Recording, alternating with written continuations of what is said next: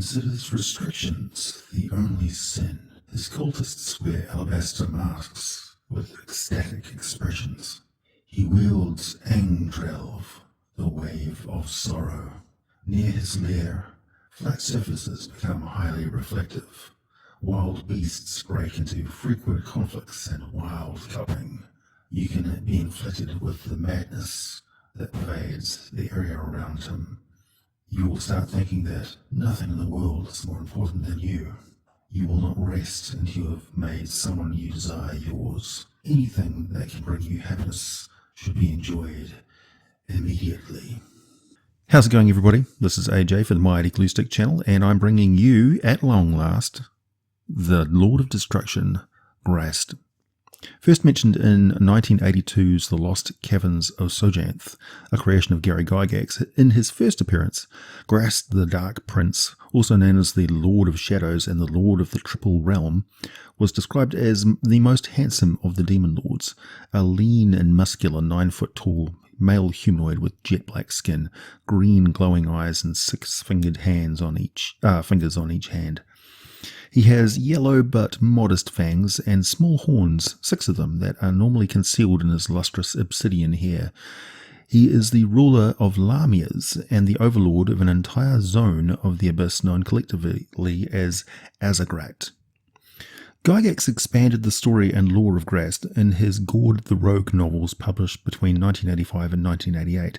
However, his story has evolved a lot over the years and his origins are mysterious, with conflicting accounts thanks largely to the 4th edition playing merry havoc with the lore, but I managed to track down some information which is pretty damn juicy.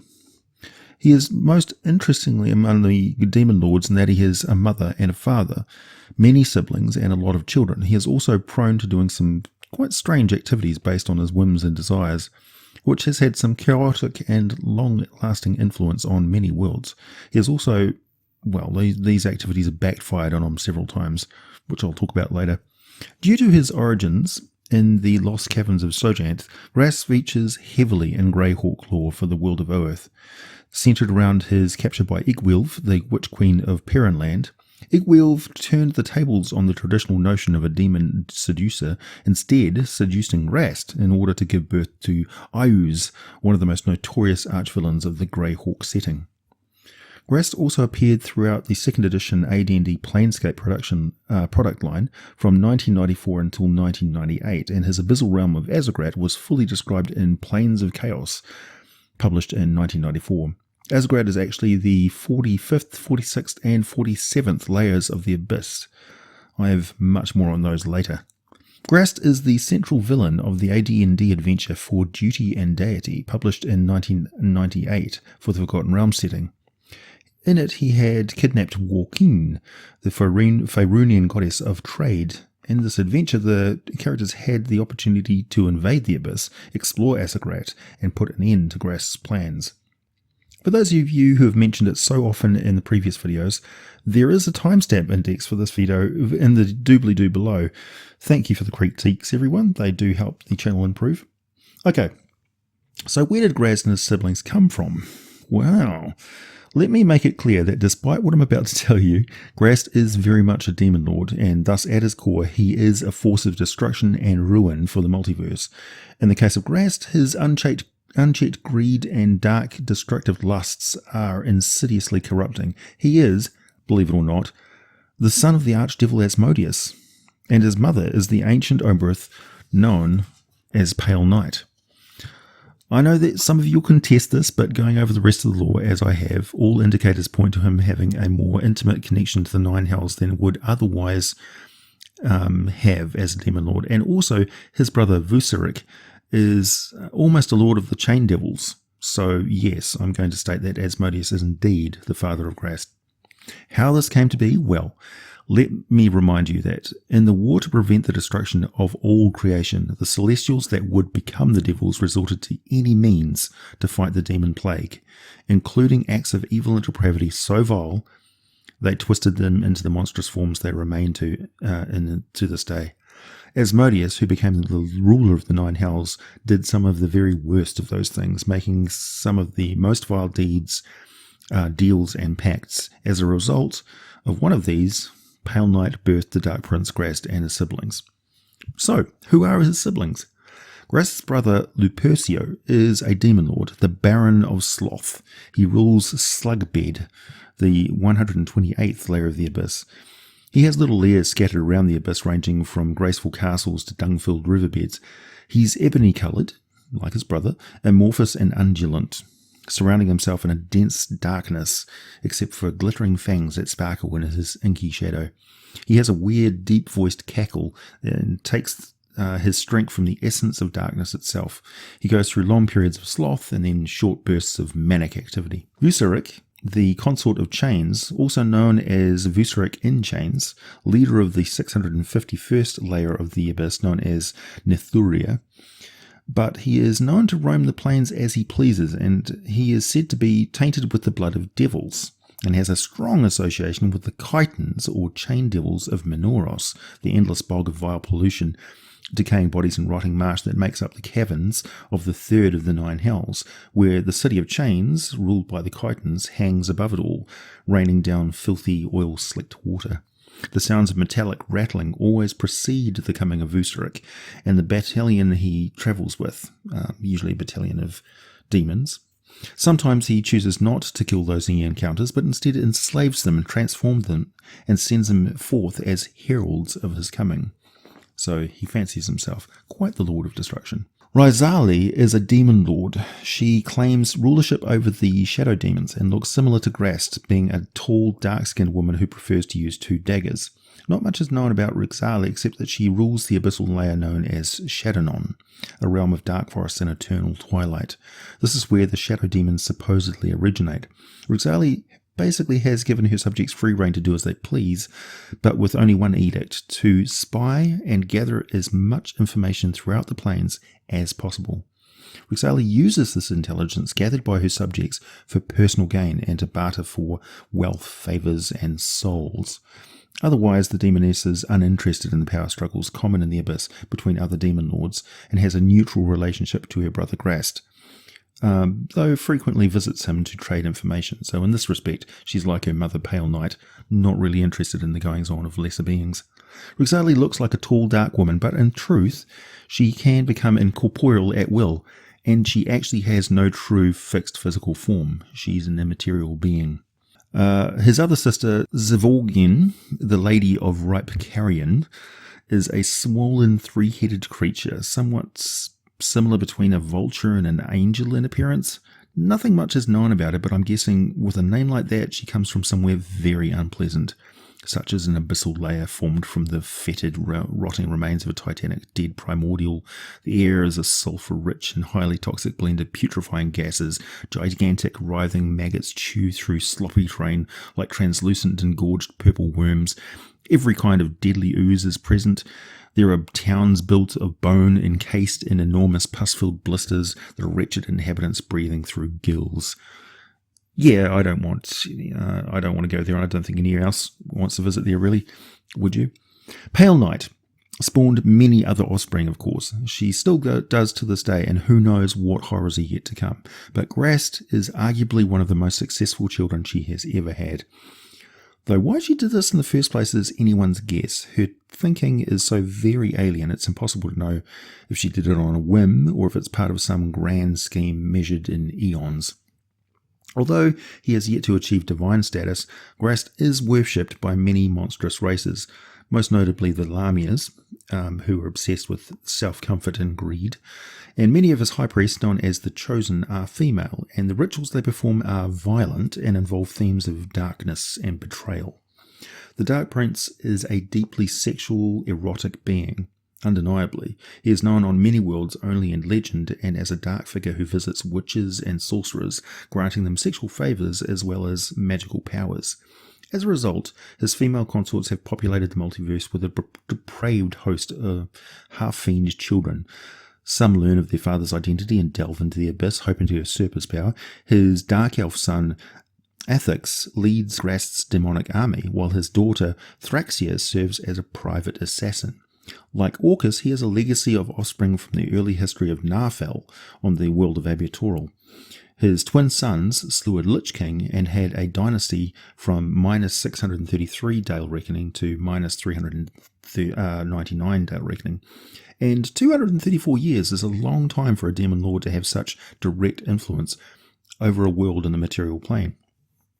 He has many such legacies.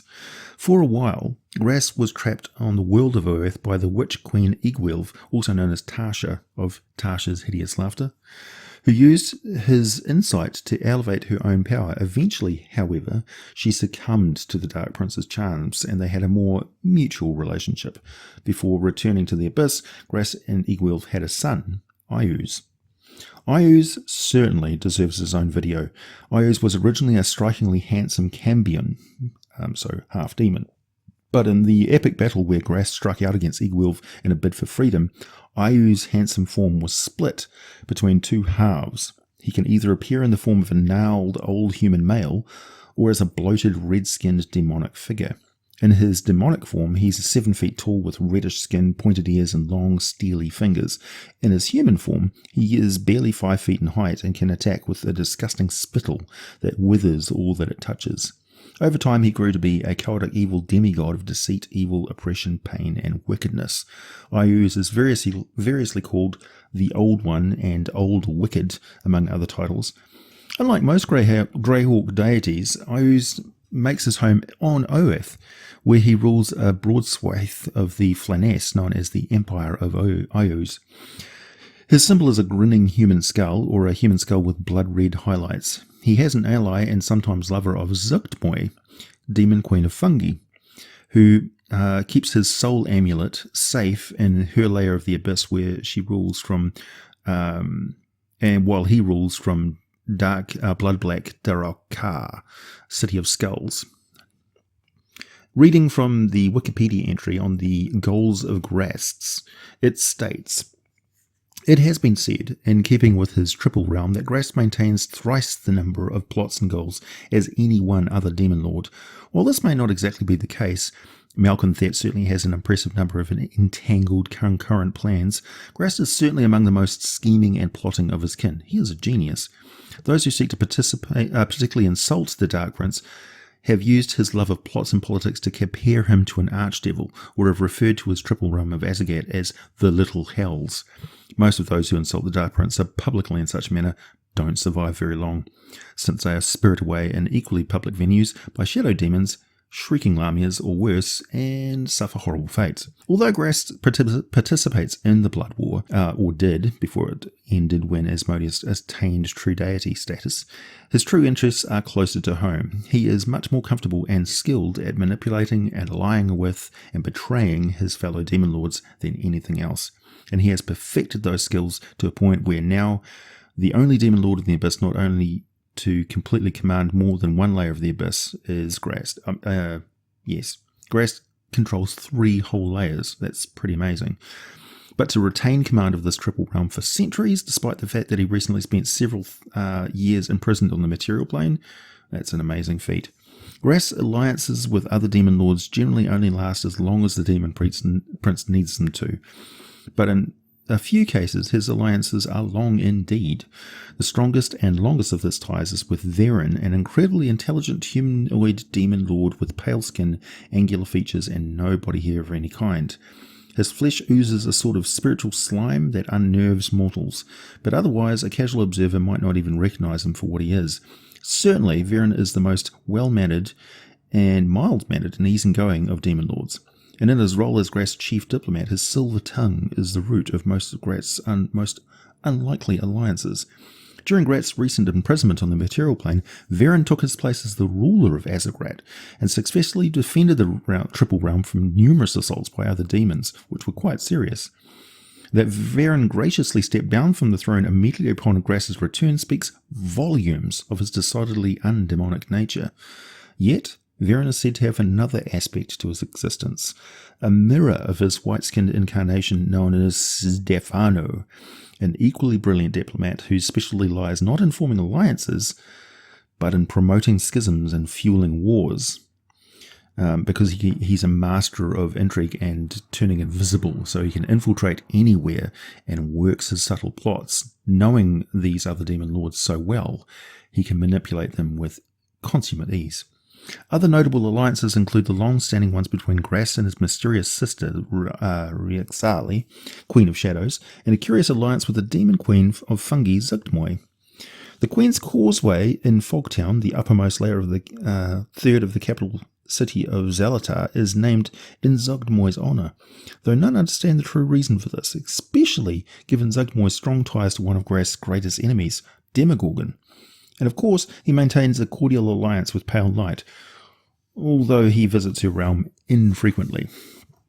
Graz'zt has even been known to maintain alliances with those who have failed him, the most, which is unheard of for a demon lord, the most notable of these being the demon lord Iggwilv, who once served Graz'zt as a general. When Iggwilv was defeated by Demogorgon and then imprisoned in the Well of Darkness, Graz'zt sent his armies into the Wells of Darkness in a daring rescue attempt but failed. Now and then, the Dark Prince sends champions into the Wells to attempt rescues, but the humiliation of his initial failure has kept him from making additional massive forays into the prison plane. Yet, despite his numerous alliances, it is for his wars that Graz'zt has been best known in the Abyss. He has warred with his brothers, Lupercio and Volsic, at times, as well as against countless other demon lords. Once served by the strange patron of the Xvarts race, Raxivort, Graz'zt now hunts the simpering demigod with increasing frustration. Graz'zt's long-running feud with Malkatet, Queen of Succubi, is well documented, although the cause for this war is not well known. Many believe Graz'zt attempted to woo the beautiful demoness only to be spurned, but those who postulate this theory within Graz'zt earshot don't live there very long thereafter to ponder the repercussions. It's also, he's long warred with Orcus, one of the few demon lords in the Abyss who can match his power, yet the most notorious of Graz'zt wars have been against Demogorgon. Often these conflicts put him in uneasy alliances with Orcus, alliances that invariably erupt in their own confrontation and leave Demogorgon racked with mirth and delight at the plight of his two greatest enemies. Fraz Erblu certainly doesn't help in that regard. One only need look back over the past few decades for numerous examples of Graz'zt's plots. He lured Warkeen, goddess of wealth, from Faerun into a city and imprisoned her for years in hopes of replacing her place in the world's pantheon with his own daughter Thraxia. He disposed fellow demon lord Adimarchus from the Abyss and then engineered his imprisonment in the asylum of Skullrot in Carceri, where he has a lieutenant that works there. Most recently, he nearly weakened Lolth herself in an attempt to trick her into uniting the Demon Lords under his leadership, one of his long-term goals. Rumours even hold that Graz'zt is preparing to absorb a material plane world into the Abyss, trapping it in the parched realm of Nerubdian Vast, a desert-like 48th layer of the Abyss, bordered on the far side by his sister Riaxi's realm of Shadownon, and with whom he has had much aid in preparing the Vast for this eventual capture, and turning it into a fourth kingdom. Such a feat would be, well, quite an event.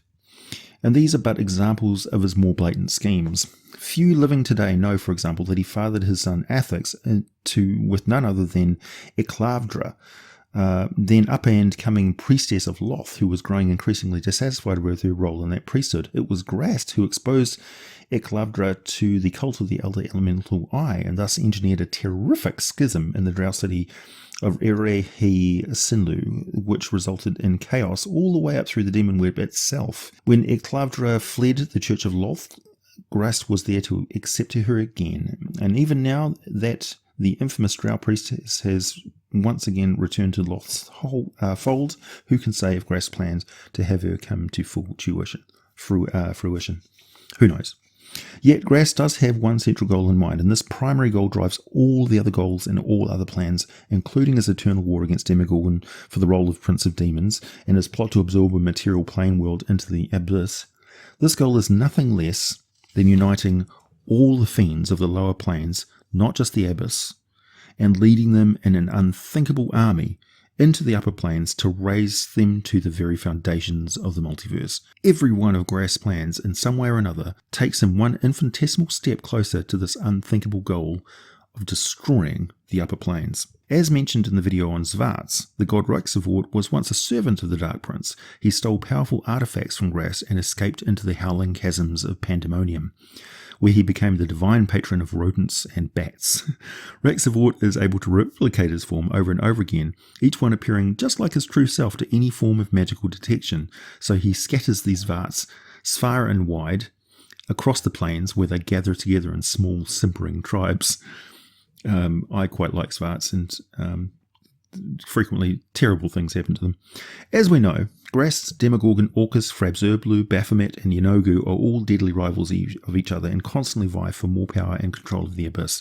Thanks to the efforts of his son Athix, Graz'zt recently overthrew the demon prince Adamarchus, who ruled Occupus, the 507th layer of the Abyss, though he has yet to actually conquer that particular layer, so it's just sort of in limbo, so to speak. Not actual limbo, I mean figuratively in limbo. At home in Azzagrat, Graz'zt's most powerful servant is a mysterious, hyper-intelligent demon named Veren, which I mentioned. Like Graz'zt, Veren appears almost human. He served the Dark Prince as a major domo and chief ambassador to the other demon lords, so you'll often see him out and about. Graz'zt is always attended by 6 powerful Lamias and his Marilith consorts, Onhath and Raluhantis, and they're never far from his side. When at his palace, the Dark Prince keeps many attractive demons at hand and feeds his voracious sexual appetite. Bodax and similar horrors are the only other occupants of the Argent Palace. Bodax. No thank you. Technically, every demon within Graz'zt's world-spanning empire is considered one of his loyal servants. Those who prove otherwise are fed to the carnivorous plants in his perfume hanging gardens, experimented on, or sent away. Noteworthy minions include a hulking Goristro named Orwants, who acts as Graz'zt's personal butler and border control agent for Azzagrat. Arziel, ruler of the barony of Voldupane, and Rule of Three, a Cambion who meets secretly with other fiends of the lower planes to plot an attack against the Celestials. Rule of Three is another one of his offspring, and the story of that plot against the Celestials is actually huge and far-ranging. It's actually really important. I'll probably get to that at some other point in another video. In combat, Graz'zt is a devastating adversary, wielding an acid-drenched greatsword in one hand. Greatsword? Sorry, it's a bastard sword in one hand and a profane tower shield in the other, occasionally. The Dark Prince is a veritable killing machine when loosed upon the hordes of the Abyss. What's more, he has a vast repertoire of spell-like abilities at his disposal, making him a deadly opponent as well. Graz'zt's greatest weapons, however, are his mastery of seduction and guile. He entertains the notion that he is the most cunning and intelligent creature of the Abyss. Indeed, there are few who could possibly contest such a claim. Graz'zt is a skilled politician, and when possible, he prefers to solve confrontations with diplomacy and deals. Graz'zt enjoys the game of using words and false promises to trick his foes into serving his needs, especially when he can convince them that they have gotten the upper hand. In combat, Graz'zt does not hesitate to use the spell-like abilities, favouring charm and domineering effects to turn enemies into allies. He will single out those of good alignment and target them with effects that torment and repel them. And at the start of combat, he will wipe the area clean with dispelling magic on as many foes as he can. His latest monster listing is from the Out of the Abyss, where he's a challenge rating 24 adversary, though this doesn't take into account that he is likely to have a large retinue of creatures with him. You might encounter Yatara and her squad of succubi. He's constantly surrounded by 13 Babao guards. He may have Bodax, Marilith, Hezrao, and there's a very good chance that he will be in the company of one of 2 Balors and their own retinue of elite demons. So, yeah, you're not going to face Graz'zt all by himself, unless he wants you to, in which case you're in big trouble. He has a plethora of special abilities. He can shape change into any medium humanoid form. His stats remain the same as his equipment. He can choose to succeed on up to 3 saving throws per day, just if he wants to. He saves with advantage on all saves against any spell or magical effect, and all attacks he makes with any weapon are considered magical. He's resistant to lightning, cold, and fire, totally immune to poison, damage from non-magical weapons, forget about it, charm effects and anything that would cause exhaustion or fright, nup. He has true sight out to 120 feet, speaks all languages, and has 120-foot telepathy range. His charisma attribute is 26, and he has a spell save difficulty class of 23. Pretty much all of his abilities are based on his charisma. This is a lot lower than his appearance in Dragon number 360, where he was a challenge rating 32, could fly, had 758 hit points and fast healing. Actually, I'll give you a list of his special powers written there just for comparison. Keep in mind this was printed in 2007, so it's out of date now.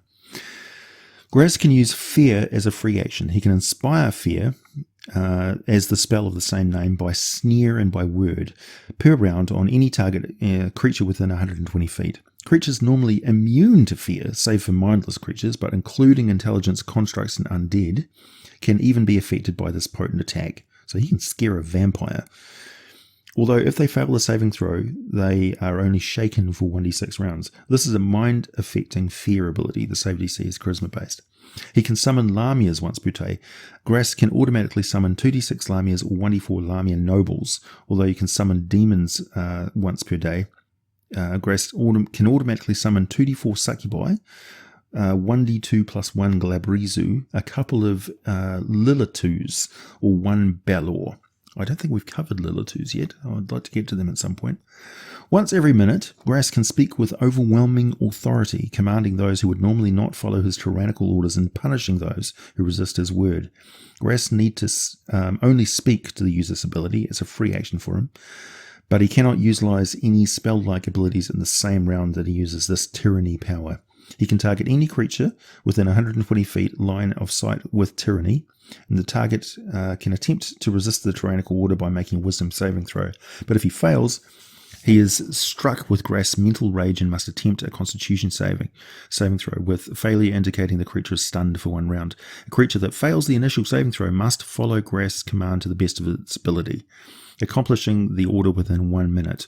Obviously, suicidal orders are ignored, in which case the target must save against the stunning as detailed above, but orders to murder allies or otherwise take actions against the target's normal ethics must be carried out. If the target fails to accomplish the orders by the end of the minute duration, they must make another constitution saving throw, constitution saving throw, or take 3d6 points of damage and gain 1 level of exhaustion as the consequence of failure tear apart their mind. Alternatively, Graz'zt can use his tyranny to duplicate the effects of a Gesh spell or a quest spell. It's still a wisdom save to resist the use of this tyranny. By the way, yes, I'm aware that I use the word Gesh. A lot of people say Geas. Where was I? But this version otherwise functions as a spell of the same name. If Graz'zt uses the version of his tyranny, he cannot use the ability in either of its uses again for 24 hours. Tyranny is a mind-affecting ability, and the DC is charisma-based.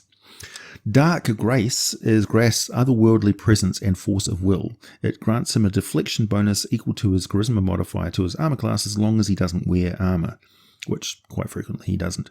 He can use all shields save for tower shields, which conflicts directly with that other listing, and retains his deflection bonus. In addition, whenever he strikes a lawful or good target with a melee weapon, he gains the same bonuses to any damage rolls he makes.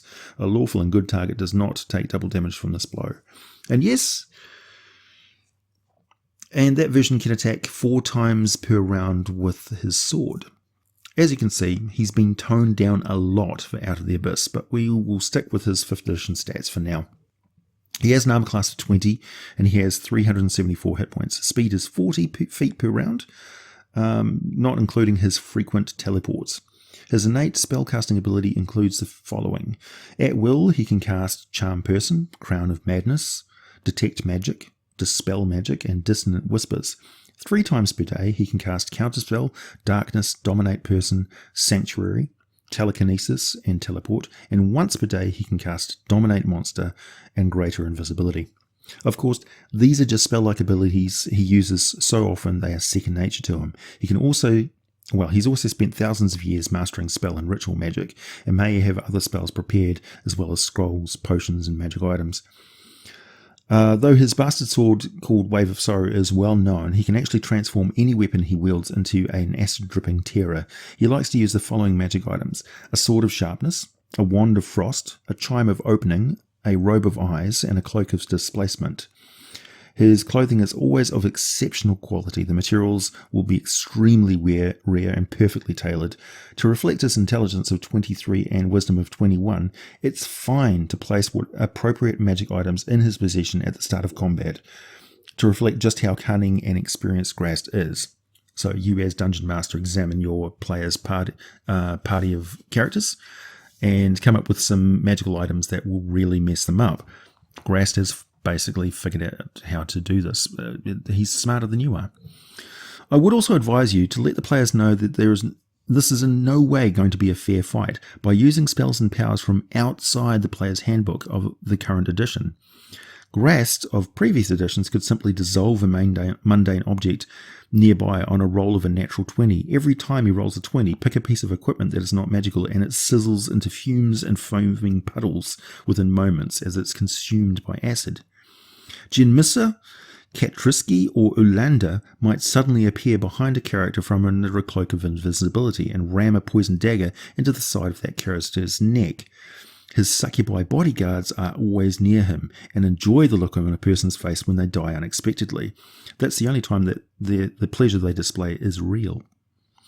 Graz'zt will have minions equipped with powerful magic items. For instance, how much fun does it sound to contend with a few Balor and Graz'zt hanging back throwing dispels and charms, while a couple of imps fly overhead and fire wands of disintegration at the player characters. Finally, let's talk about the personality of Graz'zt and his home realm and his cults. Despite his love of being worshipped and his relatively non-demonic appearance, Graz'zt does not maintain a huge cult on the material plane. Most of those who venerate him do so alone and seek his advice in matters more arcane than divine. So he's respected by magic users, arcanists, ritualists, cultists, that sort of thing, but he's not seen as a deific figure. Via methods such as contact with the other plane, or even by daring to summon him to their presence. For countless ages, Graz'zt enjoyed these trips to the material plane, for invariably those who sought his aid underestimated him and became little more than tools for the Dark Prince to use in furthering his own goals. This changed when Iggwilv, the Witch Queen, had, of course, been drawn to Graz'st's attention long before she summoned him. She had caught his eye, and not just with her shapely form and bewitching eyes, but for her ruthless treachery. Here was a mortal woman whose capacity for betrayal and deception allowed her to manipulate powerful wizards and rule nations. She would eventually become the most knowledgeable former mortal on the biology, nature, and politics of demons that has ever lived. In fact, she knows more about demons than some demon lords do. Graz'zt never conceived of the possibility that her deceived victims could extend to those as powerful as himself, and when he answered her call to the lost caverns of Sojanth, he found himself imprisoned on the material plane by her magic. Quite a turn-up. Yet so potent were Iggwilv's charms and promises that Graz'zt himself fell for her words, bit of a Stockholm syndrome, with magical accents, and the two became lovers. From this union, nations and gods were born. Graz'zt realized he'd come upon his match in the area of treachery and domination, and he began to lust after her and for his freedom in equal measure. He played at the subservient minion until Iggwilv faltered in her control. Then Graz'zt struck. Yet even in her moment of weakness, Iggwilv was a potent foe. She managed to slay Graz'zt by expending every spell, artifact, and ally she had at her disposal. She lost her empire, but Graz'zt was banished back to the Abyss for a century while he recovered from his humiliating death and defeat. Iggwilv went into hiding, of course, and it was only when Graz'zt captured and imprisoned her in his Argent Palace that he regained his stolen power, and then some. Iggwilv's time of servitude to Graz'zt was much shorter than his was under her, and she escaped not longer after being captured. Today, the two have, to a certain extent, come to terms, and they retain a love-hate relationship where each constantly seeks to use the other to gain power in their own domains. Since his time with Iggwilv, Graz'zt has grown more cautious in his dealings with mortals, and he's encouraged the growth of small cults in the material plane, and in this way, those who seek his advice instead seek out his priests. Invariably Lamias, or succubi, or other alluring temptresses, who themselves are no stranger to treachery and deception. Those who are accepted into this cult are known as the Chosen. Graz'zt clergy is spread throughout the dozens of worlds, yet the religion's foundation can be found in the walls of his capital city of Zelatar in the Abyss. Mortals who make the pilgrimage to Zelatar visit the Grand Shrine, a building run by Lamia priests. Yet the true command of this cult is the Chosen's tabernacle, a profane cathedral found in the middle of realm of Graz'zt city, Gast. Here, the faith's high priestess, a Lilitu demon named Lavendeth, tends to the needs of the cult and the needs of her lord, for she is currently Graz'st's favoured consort. Mortals are allowed within the vaulted walls of the Chosen's tabernacle only as sacrifices. Apart from Lavendeth, many of Graz'st's Chosen have gone on to become notable figures in the world themselves, operating from small, unassuming rural towns of Sobinwich, and beautiful Anastasia is a classic example of Graz'zt cultist who has seized control of a settlement from behind the scenes. In the depths of a desert temple called the Home of Darkness, Isha Denathan commands more than a dozen Lamias. Audrey Lilybrook leads a double life as Saltmarsh's mistress of the local orphanage and a coven leader for a growing cult dedicated to the Dark Prince. And in the vile pirate city of Scuttle Cove, Tyralandi, a half-fiend nymph ranger, of all things, boy that sounds like a player character, controls the notorious brothel Porphyry House and has become one of the most powerful figures in the city. The Chosen prefer to sacrifice lawful good souls to the Dark Prince, paladins and clerics of lawful good deities among favoured victims. Lesser branches of Graz'zt Church simply seek out and capture these sacrifices alive and sacrifice them on altars, most often by cutting the victim's throat with a sword. The truly faithful among Graz'zt Church know that the Dark Prince prefers living sacrifices. Leaders among his church are expected once a year to seek out and befriend a lawful good paladin or priest. They must gain this sacrifice trust, often by accompanying them on missions for their church. Eventually, this friendship develops into something more, with the Cultists of Graz'zt seducing this victim. The cultist manipulates the victim, tricking them into accomplishing deeds that please Graz'zt while working to expose the victim's faith as hollow and meaningless, destroying their actual faith. When such attempts fail, many victims turn on the cultists or commit suicide. Either outcome is considered a failure, and if the cultist survives, they must cleanse themselves in a ritual known as the Hollow Feast before the year is out. Only when the sacrifice accepts what has become of them and converts to Graz'zt worship is the sacrifice considered a success. One of the most horrific rituals practiced by the Cult of Graz'zt is the Hollow Feast. This hideous rite is used under two conditions: when a worshipper of Graz'zt wants to become one of the Dark Prince's thralls, or when a priest fails to convert an intended sacrifice. In both cases, the worshipper to be cleansed is affixed nude to an iron frame by a number of hooks and chains. They are then left to fast for several days, during which time they must recite various sacred prayers to the Dark Prince, in which they ask for the benediction. This entire process is extremely painful and can probably kill them. Once a day, other cultists visit the worshipper and give them a few sips of water, but during this time the worshipper is allowed no food.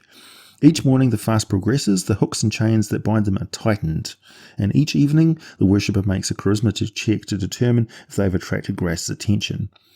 The bonus to this roll is equal to the number of days that they've been hanging and fasting. Once successful, Graz'zt notices and sends one of his minions to bless the worshipper.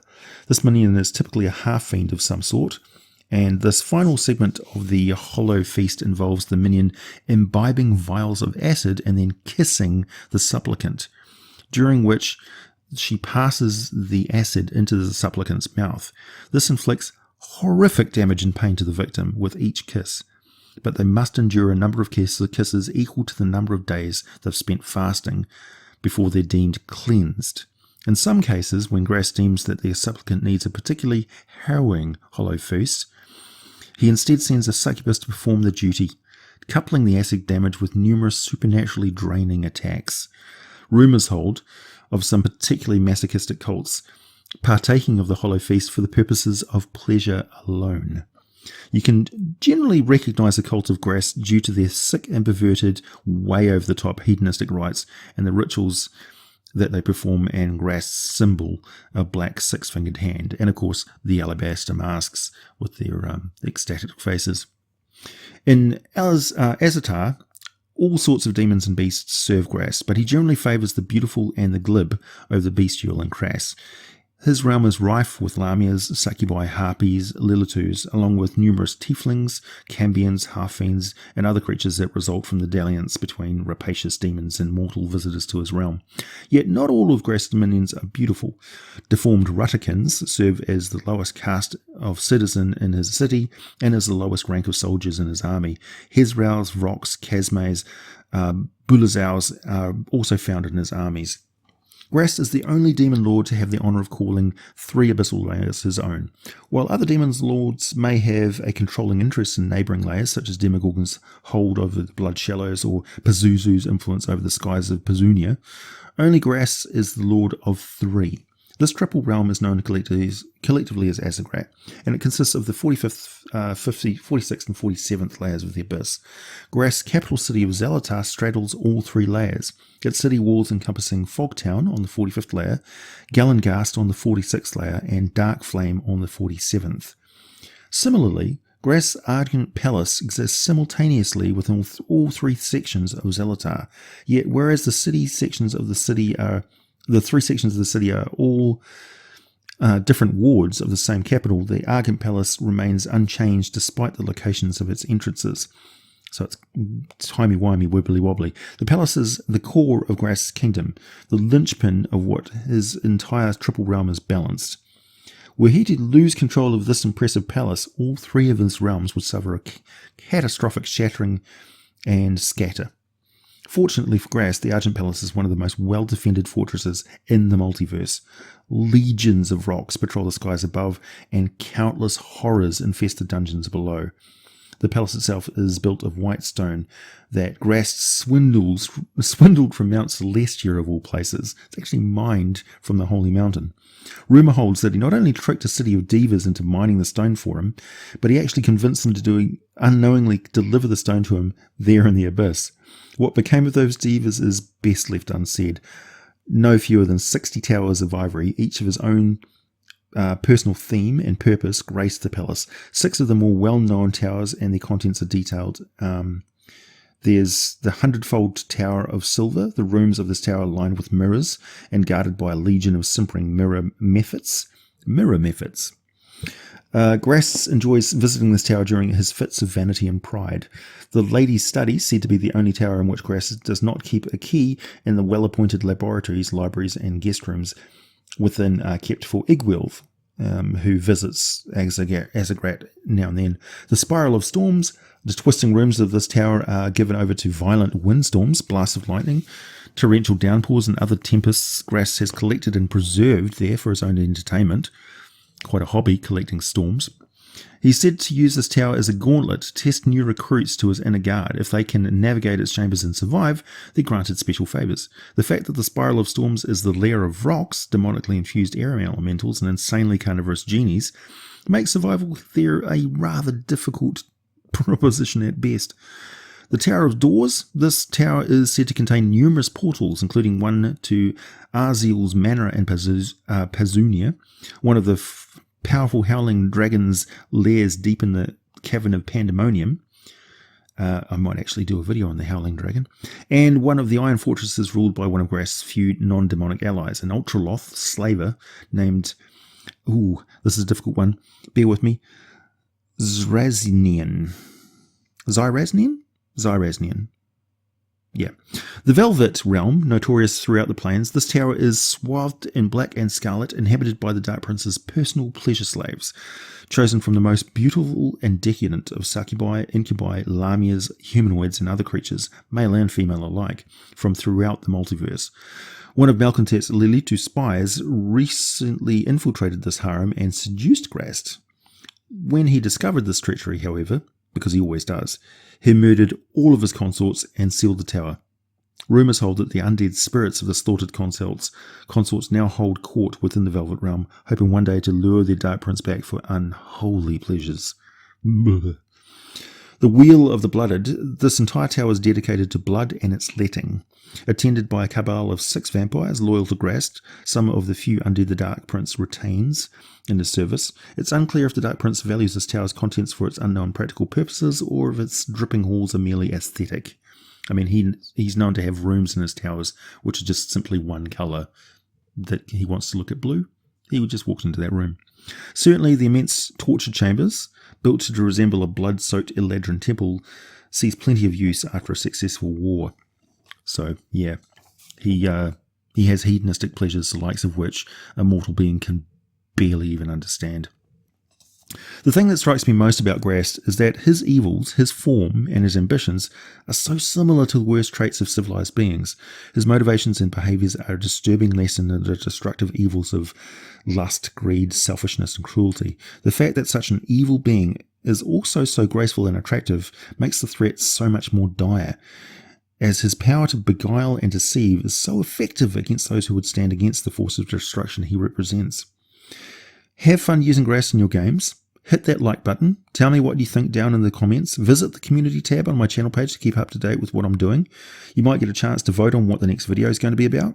Certainly subscribe and click on the notification button to get an alert when I upload.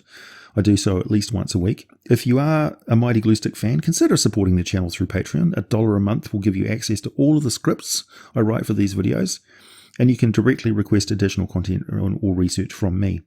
Also, you might want to get a Mighty Gluestick sticker, coffee mug, t-shirt or sweatshirt. I'll have more designs coming for you to purchase later this year. At the moment, it's just my channel logo, but I've got some juicy artwork on the way because I am an artist as well as doing this. And as always, thanks for watching. This is one epic video and took me a couple of days to research, let alone string it all together, but I'm happy to do so. Thanks to all of you who let me know how much help these videos are for you. I very much appreciate it. Thank you all. Catch you again soon.